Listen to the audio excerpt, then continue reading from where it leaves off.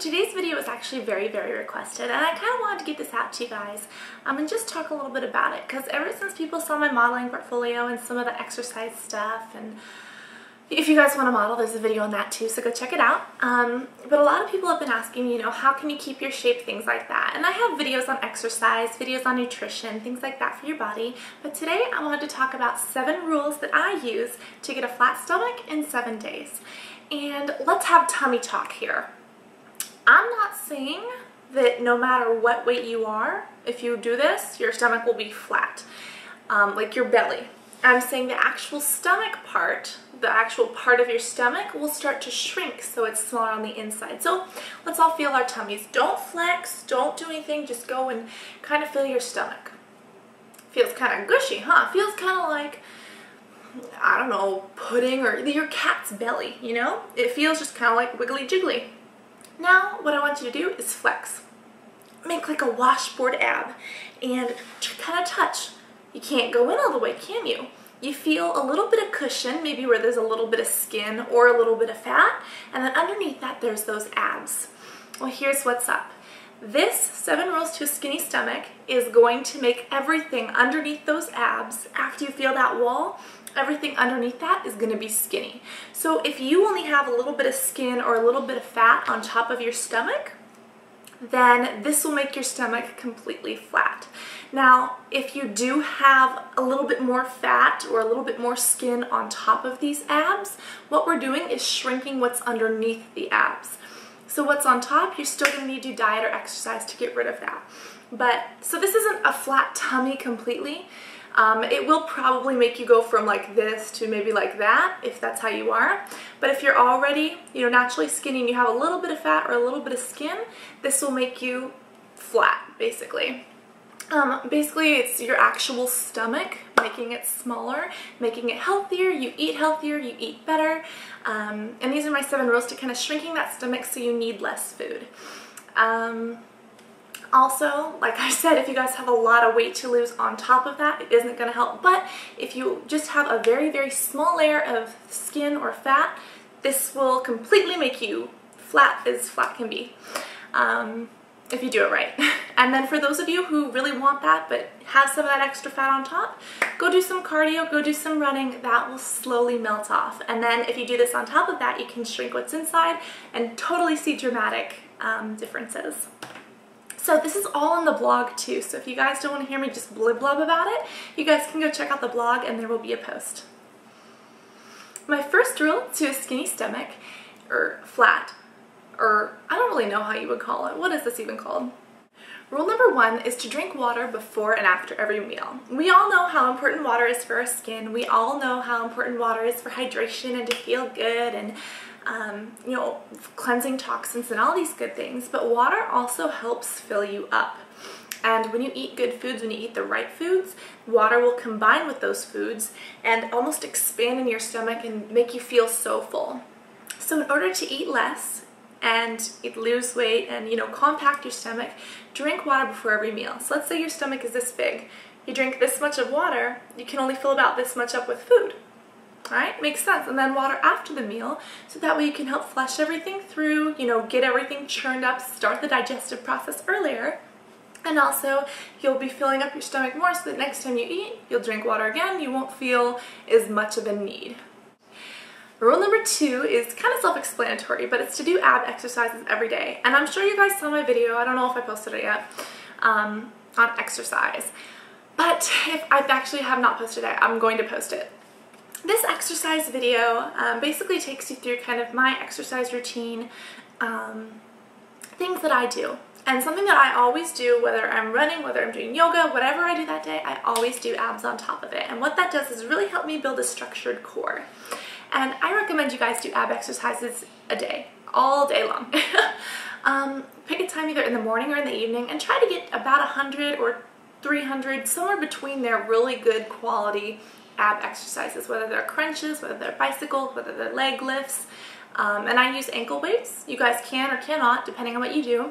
And if you can't do that many, start with 10, start with 50, start with 5. Doing 5 once a day is better than doing none every day. And slowly you guys can build up and build up. And why are abs so important? Well, when we flex, that's what we feel, you know? And the tighter that is, the stronger that is, the more it's gonna hold the food in. So let's say right now we don't have abs and we eat this huge meal. It's all just gonna poke out in our stomach. Now if we have these abs, right? Even if we're not flexing, if they're just there and we have them built up really strong, if we eat a huge meal, it might just be a slight indent because these abs are so tight that they're contracting and pulling everything. The third rule for a skinny stomach is not to eat like 3 or 4 hours before bedtime. If I go to bed at 12, I try not to eat after about 7 or 8. And this is actually very, very interesting. Reason why is because when you sleep, your body does not need calories. Your body is focusing on burning off the calories from the day, digesting the food that's already in you, repairing itself, getting good quality sleep. If you eat before bed, your sleep will not only be, kind of rendered and not as good, but when you sleep, you're not burning calories. Your body is going to turn that food that you ate just before bed into glycogen that's stored in your liver and eventually stored as fat. Now, if you avoid food before bed and maybe before bed just have non-caffeinated tea or something like that, and I actually have a video on falling asleep quicker, but if you have, no food before bed, your body is not going to be trying to store excess fat so that when you're sleeping, your body is not gaining weight, but it's maybe even losing weight because when you're sleeping, you're still burning calories. So instead of adding calories to yourself while you're asleep, you're almost taking them away, if that makes sense. Because when we sleep, we're hardly burning any calories. If we eat right before we sleep, it just goes all to our fat. Now, if we don't eat before we sleep, we're peaceful, and we're just not gaining, basically. Also, you'll have better sleep, and everyone knows that better sleep means better health and better weight. My fourth tip is actually kind of interesting, and it's wear tight clothes. And I'm not saying tight pants, because if you wear tight pants, it constricts your stomach. It's like, let's say here's your body, here's your stomach. Tight pants are going to pull it like this, and the food won't be able to go down and digest, so don't do that. But if you wear tighter clothes, you're going to be a little bit more aware of your body. For instance, if I wear a loose shirt, I don't have to worry about anything, I just kind of hang out. But if I'm wearing a tighter shirt, I make a conscious effort almost to suck it in a little bit. And that sucking it in is perfect because not only does it make us appear thinner, but it actually builds our abs. It's like working out all day long without even trying. So the tighter your clothes are, the more conscious you're going to be about your body. And that'll also program your body. If you wear loose clothes, your body thinks, maybe I should gain weight to fill these clothes out. If you wear tighter clothes, your body says, we're not fitting in this too well. Your body says, maybe we should try to burn a few more calories. Sorry, my camera totally just died out again. This is the best camera I've ever had, but I don't charge the battery all the time, so it's really poopy. But at least that's what I do, and it works for me. Also, avoid sugars and wheats and whites, and even whole grains for me.